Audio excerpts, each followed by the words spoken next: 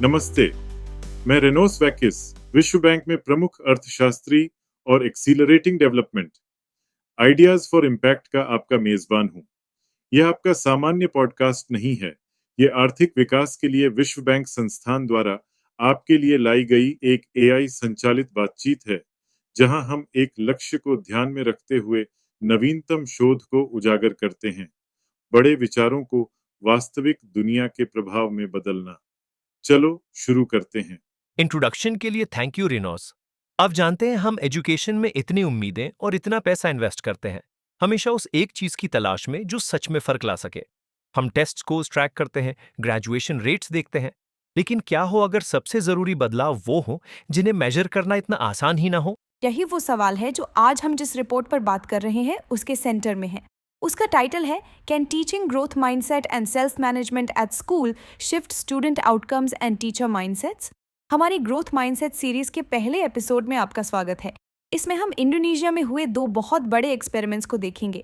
ये ऐसा देश है जहां स्कूलिंग में बड़े लेवल पर इन्वेस्टमेंट होने के बावजूद भी स्टूडेंट्स की लर्निंग लेवल्स लगातार काफी कम बनी हुई हैं। अच्छा, तो उन्होंने कुछ अलग ट्राई किया। 9th ग्रेड स्टूडेंट्स के लिए ऑल कैन सक्सीड नाम का एक प्रोग्राम। ये प्रोग्राम आखिर था किस बारे में? ये एक सिंपल 6 सेशन करिकुलम था। इसके पहले हिस्से में स्टूडेंट्स को ग्रोथ माइंडसेट के बारे में सिखाया गया, यानी ये पावरफुल आइडिया कि आपकी इंटेलिजेंस फिक्स्ड नहीं होती, आप उसे सच में डेवलप कर सकते हैं। मतलब बात सिर्फ स्मार्ट होने की नहीं बल्कि एफर्ट की है। बिल्कुल। और दूसरा हिस्सा सेल्फ मैनेजमेंट पर था, यानी प्रैक्टिकल स्किल्स जैसे गोल्स कैसे सेट करें, प्लान कैसे बनाएं और जब मुश्किलें आएं तब भी उस प्लान पर कैसे टिके रहें। ठीक है, तो उन्होंने इसे 2000 से भी ज्यादा स्कूल्स में लागू किया। मैं देख रहा हूँ कि उन्होंने इसके 2 वर्जन्स टेस्ट किए थे। एक में सिर्फ लेसन्स थे और दूसरे में क्लासरूम में पोस्टर्स और डेली रिमाइंडर्स जैसी चीजें भी ऐड की गई थी। बिल्कुल।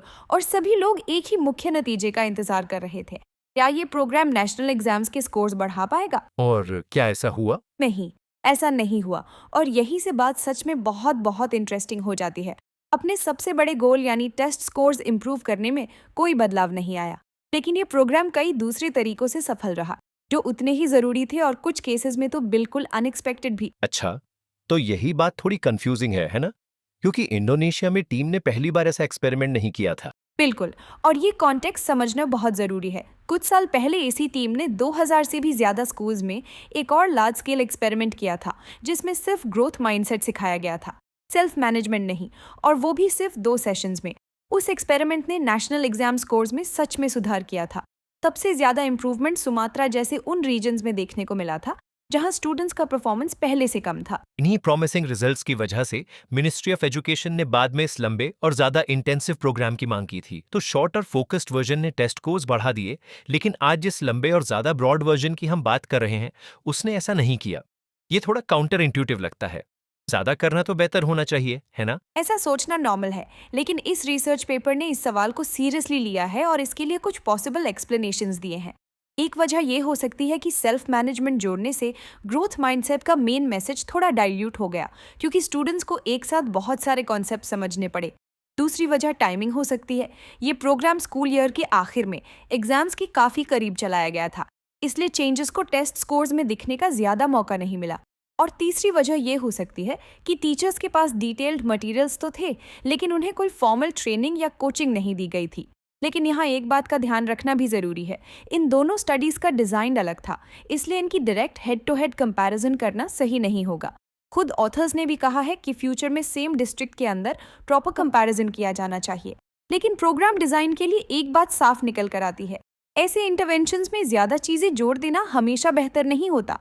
कई बार फोकस और सही टाइमिंग ज़्यादा टॉपिक्स कवर करने से भी ज़्यादा इंपॉर्टेंट होते हैं। अच्छा, ये तो सच में एक इंटरेस्टिंग ट्विस्ट है। अगर टेस्ट स्कोर्स नहीं बदले तो फिर इस दूसरे इंटरवेंशन में आखिर बदला क्या? चलिए अब इसके पहले बड़े टेकअवे की बात करते हैं। इस प्रोग्राम ने लर्निंग एनवायरनमेंट को बुनियादी तौर पर बदल दिया। इसने स्टूडेंट्स की अपनी एबिलिटीज को देखने की सोच बदल दी। उनमें ये बिलीफ थोड़ा लेकिन मीनिंगफुल तरीके से बढ़ा कि अगर वो ज्यादा एफर्ट लगाएंगे तो वो सच में और केपेबल बन सकते हैं। यानी उन्होंने मेहनत की ताकत पर भरोसा करना शुरू किया। बिल्कुल। और उन्होंने अपने क्लासरूम के माहौल में भी ये बदलाव महसूस किया। स्टूडेंट्स ने बताया कि उनके टीचर्स और यहाँ तक कि क्लासमेट्स भी पहले से ज्यादा हार्डवर्क और अपनी मिस्टेक से सीखने को इम्पोर्टेंस देने लगे थे। यही ग्रोथ माइंडसेट बिहेवियर का असली एग्जाम्पल है। इससे क्लासरूम का माहौल और ज्यादा पॉजिटिव बन गया। और क्या इसका असर उनके पढ़ाई करने के तरीके पर भी पड़ा? हाँ बिल्कुल, उन्होंने प्रोग्राम में सिखाई गई स्पेसिफिक स्ट्रैटेजीज इस्तेमाल करना शुरू कर दिया, जैसे होमवर्क के लिए टू डू लिस्ट बनाना और उसे सच में फॉलो करना, या कोई मुश्किल असाइनमेंट पूरा करने के बाद अपने लिए छोटा सा रिवॉर्ड प्लान करना। अब बात समझ में आई। ये सिर्फ एक आइडिया नहीं रहा बल्कि उनकी हैबिट बन गया। और मुझे सबसे ज्यादा यही बात पसंद आई। ये पॉजिटिव इफेक्ट्स सबसे ज्यादा उन स्टूडेंट्स में दिखे जो सबसे ज्यादा डिसएडवांटेज्ड बैकग्राउंड से आते थे। अच्छा, इसके बारे में थोड़ा और बताइए। जिन स्कूल्स के नेशनल टेस्ट स्कोर्स शुरुआत से ही नेशनल एवरेज से कम थे, वहां इसका असर कहीं ज्यादा ताकतवर रहा।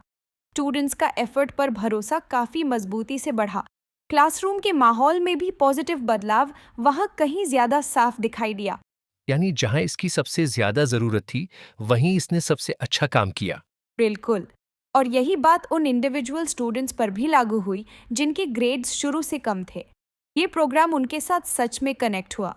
कुछ एविडेंस ये भी बताता है कि जिन स्टूडेंट्स के परिवारों के पास कम इकोनॉमिक रिसोर्सेज थे, उन पर इसका असर और भी ज्यादा पड़ा।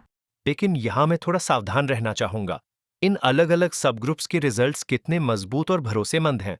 अच्छा सवाल है, क्योंकि सभी रिजल्ट्स एक जैसे मजबूत नहीं है। सबसे मजबूत फाइंडिंग ये थी कि कम परफॉर्मेंस वाले स्कूल्स में स्टूडेंट्स का एफर्ट पर भरोसा काफी बढ़ा। ये रिजल्ट तब भी कायम रहा जब ऑथर्स ने एक साथ कई आउटकम्स को टेस्ट करने के लिए सबसे रिगरस स्टैटिस्टिकल करेक्शन लगाया। उन्हीं स्कूल्स में क्लासरूम वाला इफेक्ट भी लेसन्स ओनली वर्जन के लिए मजबूत रहा। लेकिन बाकी कुछ रिजल्ट्स, जिनमें हाउस होल्ड एसेट्स वाला रिजल्ट भी शामिल है, उस स्टैटिस्टिकल करेक्शन के बाद उतने मजबूत नहीं रहे। इसलिए पेपर उन्हें सिर्फ सजेस्टिव मानता है।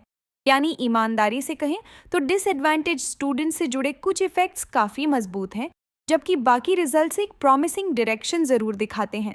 ये बात बहुत ज्यादा इंपॉर्टेंट है। हमारे कई लिसनर्स के लिए इक्विटी जैसे मुद्दे सिर्फ पॉलिसी डिबेट्स नहीं हैं। ये दुनिया भर की कम्युनिटीज में लोगों की रोजमर्रा की जिंदगी और उनके काम को सीधे प्रभावित करते हैं। बिल्कुल। और जब आप इसकी कॉस्ट देखते हैं तो ये और भी ज्यादा कंपेलिंग बन जाता है। ग्रोथ माइंडसेट वाले पहले इंटरवेंशन की कॉस्ट हर स्टूडेंट पर सिर्फ 25 यूएस सेंट से भी कम थी। दूसरे इंटरवेंशन में प्रोग्राम के सिंपल वर्जन की कॉस्ट सिर्फ 69 यूएस सेंट्स पर स्टूडेंट थी, और जिसमें एक्स्ट्रा क्लासरूम मटेरियल्स शामिल थे, उसकी कॉस्ट $1 से भी थोड़ी कम थी। एक स्टूडेंट पर $1 से भी कम खर्च करके इतना पॉजिटिव, एफर्ट फोकस्ड क्लासरूम बनाना, खासकर उन स्टूडेंट्स के लिए जो स्ट्रगल कर रहे हैं, ये सच में काफी रिमार्केबल है। बिल्कुल। लेकिन सबसे बड़ा सरप्राइज तो ये भी नहीं था।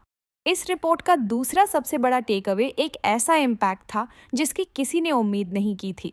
ठीक है, अब मेरा पूरा इंटरेस्ट बढ़ गया है। वो क्या था?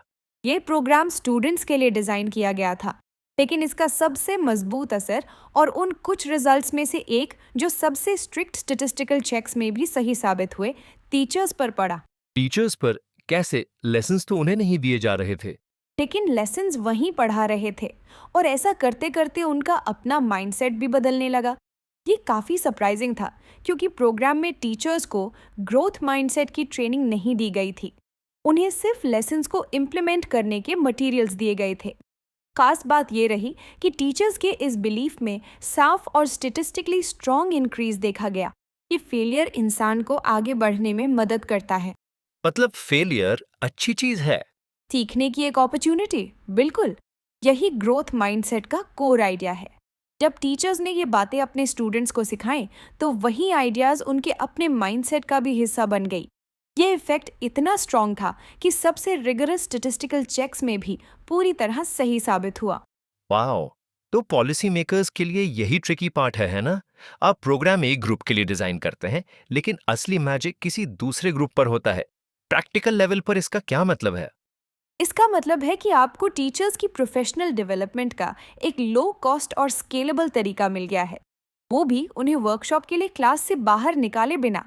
जो टीचर ये मानता है कि फेलियर सीखने का मौका है, उसके किसी स्ट्रगल कर रहे स्टूडेंट के प्रति ज्यादा कंपैशनेट होने की संभावना रहती है। और हार मानने की बजाय उन्हें दोबारा कोशिश करने के लिए एनकरेज करेगा। शायद इसी वजह से स्टूडेंट्स को लगा कि क्लासरूम का माहौल इतना बेहतर हो गया। बिल्कुल, ये एक वर्चुअस साइकिल है। टीचर्स के नए माइंडसेट ने शायद ऐसा सपोर्टिव एनवायरनमेंट बनाया जहां खासकर सबसे डिसएडवांटेज स्टूडेंट्स बेहतर तरीके से आगे बढ़ सके। गवर्नमेंट या डेवलपमेंट सेक्टर में काम करने वाले हमारे कई व्यूअर्स अच्छी तरह से जानते होंगे कि इस तरह का बदलाव लाना कितना मुश्किल और कितना महंगा होता है। इससे प्रोग्राम्स को डिजाइन करने के बारे में हमारी सोच ही बदल जाती है। तो अब आखिर में पॉलिसी मेकर्स के लिए सबसे बड़ी सीख क्या है? मेरे हिसाब से 3 बड़ी सीख है। पहली, हमें सिर्फ टेस्ट स्कोर से आगे भी देखना होगा। क्लासरूम का एनवायरनमेंट और स्टूडेंट्स के बिलीव्स में वैल्यूएबल और पॉजिटिव बदलाव आ सकता है, भले ही वो तुरंत किसी स्टैंडर्डाइज्ड टेस्ट में दिखाई ना दे। यहाँ सबसे डिपेंडेबल फाइंडिंग्स टीचर्स के माइंडसेट में आया बदलाव और सबसे कम परफॉर्मिंग स्कूल्स में एफर्ट पर बढ़ा हुआ बिलीफ है। ये अपने आप में एक बहुत मीनिंगफुल स्टोरी है। और दूसरा, इनडायरेक्ट इफेक्ट्स के लिए ओपन रहिए। कई बार किसी स्कूल के कल्चर को बदलने का सबसे पावरफुल तरीका सीधा रास्ता नहीं होता। यहाँ स्टूडेंट्स के लिए बनाया गया प्रोग्राम टीचर्स का माइंडसेट बदलने का एक शानदार टूल बन गया। और आखिर में इक्विटी पर फोकस। बिल्कुल, $1 से भी कम कॉस्ट में इस प्रोग्राम का सबसे बड़ा फायदा उन स्टूडेंट्स को मिला जिन्हें इसकी सबसे ज्यादा जरूरत थी। ये एक पावरफुल रिमाइंडर है कि कई बार इक्विटेबल क्लासरूम्स बनाने के सबसे इफेक्टिव टूल ही सबसे अफोर्डेबल भी होते हैं। एजुकेशन में सक्सेस कैसी दिख सकती है, इसे देखने का ये बिल्कुल अलग नजरिया है। बिल्कुल, ये दिखाता है कि प्रोग्रेस हमेशा सिर्फ किसी एक नंबर के बढ़ने का नाम नहीं होती। कई बार असली प्रोग्रेस उस बिलीफ की फाउंडेशन बनाने में होती है, स्टूडेंट्स और टीचर्स दोनों के अंदर, कि एफर्ट मायने रखता है और हर इंसान आगे बढ़ सकता है। इस तरह का बदलाव स्टूडेंट्स को सिर्फ किसी टेस्ट के लिए नहीं बल्कि पूरी जिंदगी के लिए तैयार करता है। और यही ऐसा गोल है जिसके साथ हर पॉलिसी मेकर खड़ा हो सकता है। ओवर टू यू रेनोज। हमसे जुड़ने के लिए आपका बहुत बहुत धन्यवाद। आप हमारी वेबसाइट पर जाकर पूरा रिपोर्ट पढ़ सकते हैं, लिंक डिस्क्रिप्शन में दिया गया है। अपकमिंग एपिसोड्स की जानकारी सबसे पहले पाने के लिए जरूर सब्सक्राइब करें। और जाने से पहले इस एपिसोड के बाद आप क्या अलग करने जा रहे हैं, हमें जानकर खुशी होगी कि आपने क्या सीखा, उसे आप कैसे प्रैक्टिस में लाने वाले हैं और आगे आप किन टॉपिक्स पर हमारी बात सुनना चाहेंगे। हमें आपसे जानना अच्छा लगेगा।